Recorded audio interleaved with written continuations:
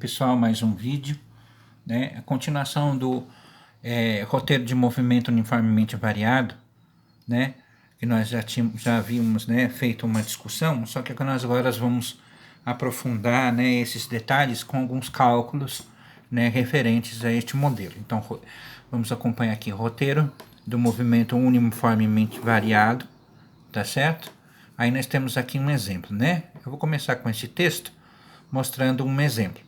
Um veículo se movimenta, né? Um veículo se movimenta sobre uma pista, né? Sobre uma pista retilínea, né?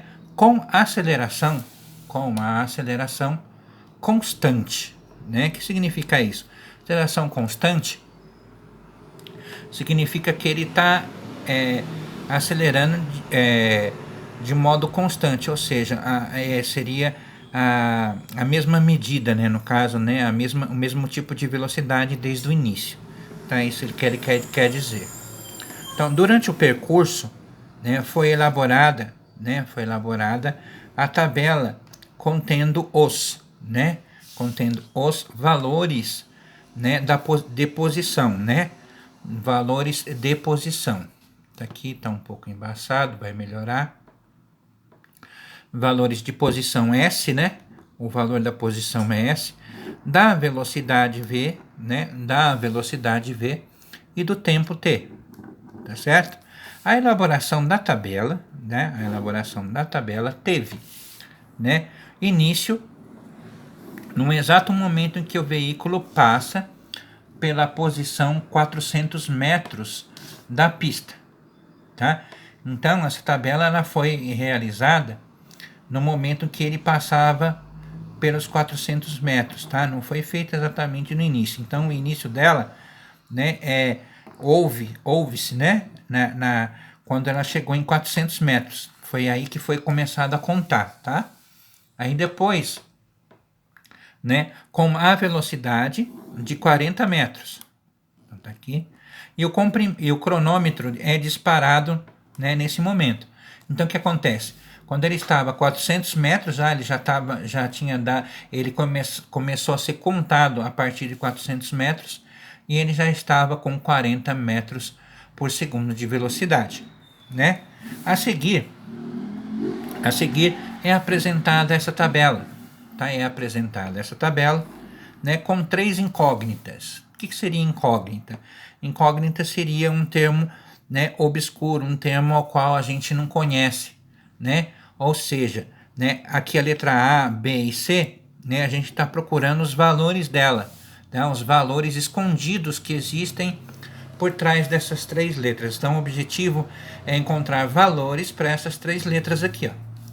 A partir dos valores presentes, tá, é correto afirmar que as incógnitas A, B, C, tá certo? As incógnitas A, B, C têm valores respectivamente. O que é isso? Respectivamente, tá? Seria um valor, né? Então você vai começar a calcular os valores primeiro de A, depois de B, depois de C, e assim respectivamente, ou seja, um após o outro. Então, a palavra respectivamente tem a ver com uma sequência, um após o outro, tá? Iguais a, né? Aqui nós temos a tabela, tá certo? E aqui as fórmulas que nós vamos, né, ter para calcular. Primeiro aqui nós vamos dar uma olhadinha nessas fórmulas, né, para a gente saber quem que é quem no nosso contexto de cálculo. Aqui na nossa velocidade média aqui a gente tem o V, né? Esse V aqui, ele é muito parecido com o V final, tá certo? VF, né, chamado velocidade final, tá certo? O V, né, que é o V inicial, que é esse daqui, tá chamado velocidade inicial. Então, toda vez que tem um zerinho aqui assim, ele é considerado velocidade inicial, certo? Velocidade final igual a velocidade inicial vezes mais o A, né? Esse A aqui, tá certo? É a aceleração. a aceleração. E esse t aqui é o tempo. É o tempo.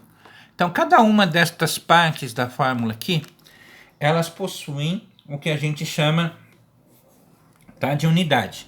Então, a unidade da velocidade, tá certo? Final aqui, ou da velocidade, porque quando a gente diz velocidade final, é a mesma coisa que velocidade, tá bom? Então, as duas são a mesma coisa.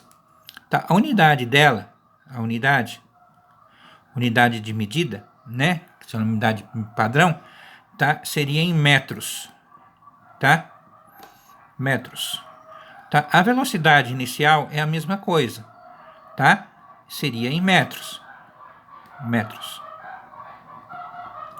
Tá? Depois, a aceleração, né, nós vimos a unidade na aula passada, né? A aceleração é a mesma coisa que metros por segundo ao quadrado. E nós vimos que a unidade do tempo é em segundos, tá vendo?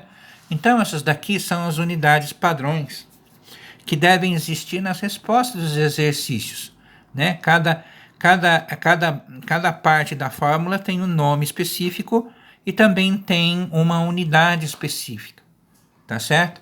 Tá bom? E aqui nós temos a função horária do espaço, tá? A função horária do espaço. Vamos ver quem é cada uma, né? Então, nós vamos ter aqui S final é a mesma coisa que S, tá?